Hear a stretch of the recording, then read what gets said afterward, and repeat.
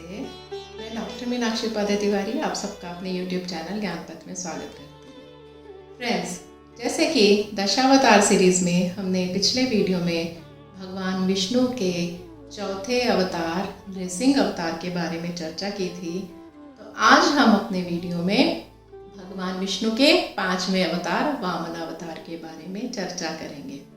तो चलिए स्टार्ट करते हैं हम अपनी चर्चा।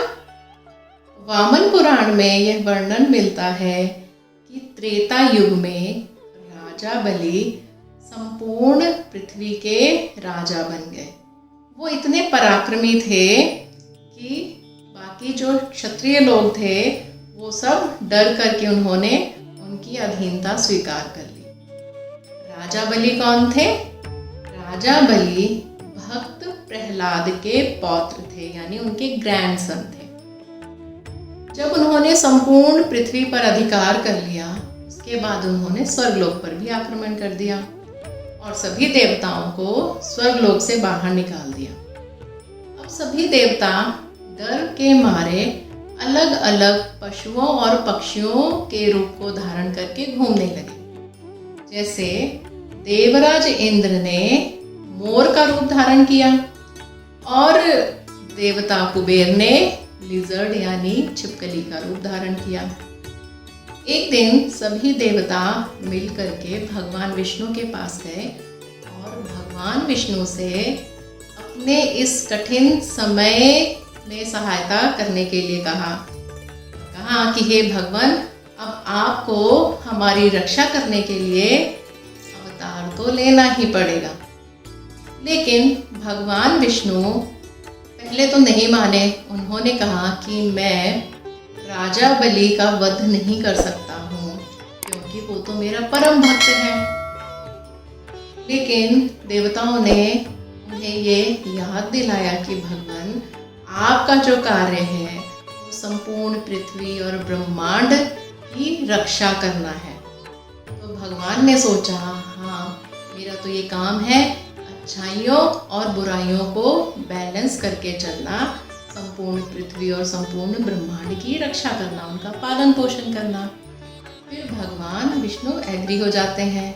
इसके बाद भगवान विष्णु है वो ऋषि कश्यप और उनकी दूसरी पत्नी अदिति के गर्भ से जन्म लेते हैं वामन देवता के रूप में।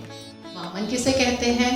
वामन कहते हैं द्वार्फ को, यानी बौने को। अब वामन देवता ऋषि कश्यप के आश्रम में धीरे धीरे बड़े होने लगते हैं और समय के साथ वो अपनी शिक्षा भी संपूर्ण करते हैं।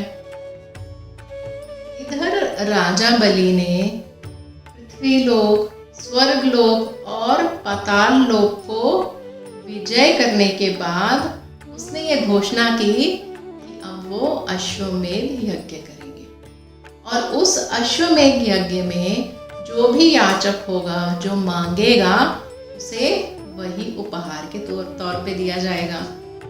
अब यज्ञ का दिन भी आता है। सभी ऋषि और ब्राह्मण यज्ञ करने के लिए राजा बलि के दरबार में इकट्ठे होते हैं और राजा बलि क्या देखते हैं कि सामने से वामनाचार्य आ रहे हैं। देव का रूप क्या था? 40 उनकी हाइट थी और उन्होंने सन्यासी के वस्त्र धारण किए हुए थे। हाँ, एक हाथ में बैम्बू स्ट्रॉ जो होती है, बैम्बू के जो छिलकों का जो छाता बना होता है, एक हाथ में वो धारण किया हुआ है और दूसरे हाथ में कमंडल है और उनके मस्तक पर तिलक, चंदन का तिलक लगा हुआ है। सभी जितने भी विद्वान आते हैं, ऋषि आते हैं, सबका सम्मान होता है। जब वामन देव यज्ञ के समय अपने अच्छे स्वर से मंत्रों का उच्चारण करते हैं तो राजा बलि बहुत प्रसन्न होते हैं और कहते हैं कि हे वामन देव, आपको क्या चाहिए, मैं आपको वो देना चाहता हूँ। तो वामन देव कहते हैं कि हे राजन, मेरी बहुत ज़्यादा कोई इच्छा नहीं है, बस मुझे उतना स्थान चाहिए, मुझे मेरे 3 पैरों के बराबर का स्थान चाहिए, उतनी ही जगह मुझे चाहिए। इधर राजा बलि हंसने लगते हैं, कहते हैं कि आपके 3 पैरों में कितना स्थान आएगा, आप कुछ और मांगिए, मैं आपको और भी कुछ दे सकता हूँ। तो वामन देव कहते हैं कि नहीं राजन, मैं इसी में संतुष्ट हूँ, बस मुझे मेरे 3 पैरों के बराबर स्थान दो। इधर जो दैत्यों के गुरु शुक्राचार्य थे वो समझ जाते हैं कि ये कोई और नहीं है, ये भगवान विष्णु है। ये देवताओं की सहायता करने के लिए इन्होंने इस बार ये रूप धारण किया है। और वो आते हैं और राजा बलि को वार्न करते हैं, समझाते हैं कि हे भगवान, आप ये सब मत करिए, ये कोई और नहीं, ये विष्णु जी ही हैं। तो राजा बलि कहते हैं कि मैंने जो अपने मुंह से वचन निकाल दिए मैं उन्हें वापस नहीं लेता, और अगर विष्णु ने स्वयं आकर मुझसे ये मांगा है तो मेरे लिए इससे बड़ा और कुछ नहीं हो सकता।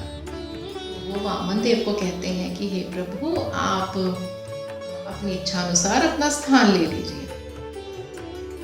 में जितने भी सभा में बैठे हुए लोग थे उन सबके सामने वामन देव अपना आकार बड़ा करने लगते। देखते ही देखते उनका आकार इतना बड़ा हो जाता है कि वो संपूर्ण ब्रह्मांड जितना आकार धारण कर लेते हैं, और उनके जो पैरों के साइज थे यानी डायमेंशंस थी वो भी बड़ी बड़ी हो जाती हैं।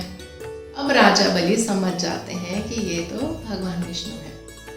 अब विष्णु जी ने जो वामन का रूप धारण किया था, अपना दायां पैर उठाते हैं, वो स्वर्ग में रखते हैं। इसका अर्थ हुआ कि वामन देव ने संपूर्ण स्वर्ग पर अपना अधिकार कर लिया, और जो दायां पैर था वो उठाकर पृथ्वी लोक पर रखते हैं।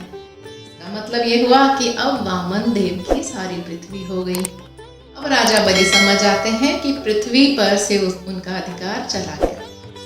इसके बाद तीसरे पग की बारी आती है, तो वामन देव अपना दायां पैर आकाश की तरफ उठाते हैं और पूछते हैं कि हे बलि, अब मुझे बताओ कि मैं ये पैर कहाँ रखूं, क्योंकि अब तो कोई और स्थान बचा ही नहीं। अब राजा बलि बैठ जाते हैं वामन देव के आगे और अपना सर झुका देते हैं। वामन देव अपना पैर राजा बलि के सर पे रख देते हैं। राजा बलि पाताल लोक में चले जाते हैं। वहाँ देवता जितने भी थे पाताल लोक में राजा बलि को बंदी बना लेते हैं। अब सारी पृथ्वी जो थी वो भय से विहीन हो गई थी। इधर जब राजा बलि बंदी थे तो उन्होंने भगवान विष्णु की बहुत आराधना की, क्योंकि वो तो भगवान विष्णु के भक्त थे। इससे प्रसन्न होकर भगवान विष्णु ने कहा कि अच्छा ठीक है, तुम इस पाताल लोक के ही राजा रहोगे, तुम यहीं राज करोगे, तुम राजा तो हो ही। और राजा बलि ने भगवान विष्णु से यह वरदान मांगा कि उसको साल में एक बार पृथ्वी पर जाने की आज्ञा दी जाए, क्योंकि वो देखना चाहता है कि उसकी जो प्रजा है वो कैसी है। तो भगवान विष्णु ने कहा तथास्तु। अब जो राजा बलि है, ऐसी मान्यता है कि हर साल वो पृथ्वी पर ये देखने आते हैं कि उनकी प्रजा कैसी है, और जब वो पृथ्वी पर आते हैं अपनी प्रजा को देखने, उस अवसर पर ओणम सेलिब्रेट किया जाता है, जो कि केरल राज्य का ये त्यौहार है। ओणम के समय यह मानते हैं केरल वासी कि राजा बलि अपनी प्रजा को देखने आए। सो फ्रेंड्स, ये कहानी, ये कथा थी वामनाचार्य की, और हम अगले वीडियो में भगवान विष्णु के अगले अवतार परशुराम अवतार के बारे में चर्चा करेंगे। लेकिन हाँ, मेरे चैनल ज्ञान पथ को लाइक कीजिए, सब्सक्राइब कीजिए और वीडियोस को कमेंट कीजिए, शेयर कीजिए। हम फिर मिलेंगे नए वीडियो में। जय श्री कृष्ण।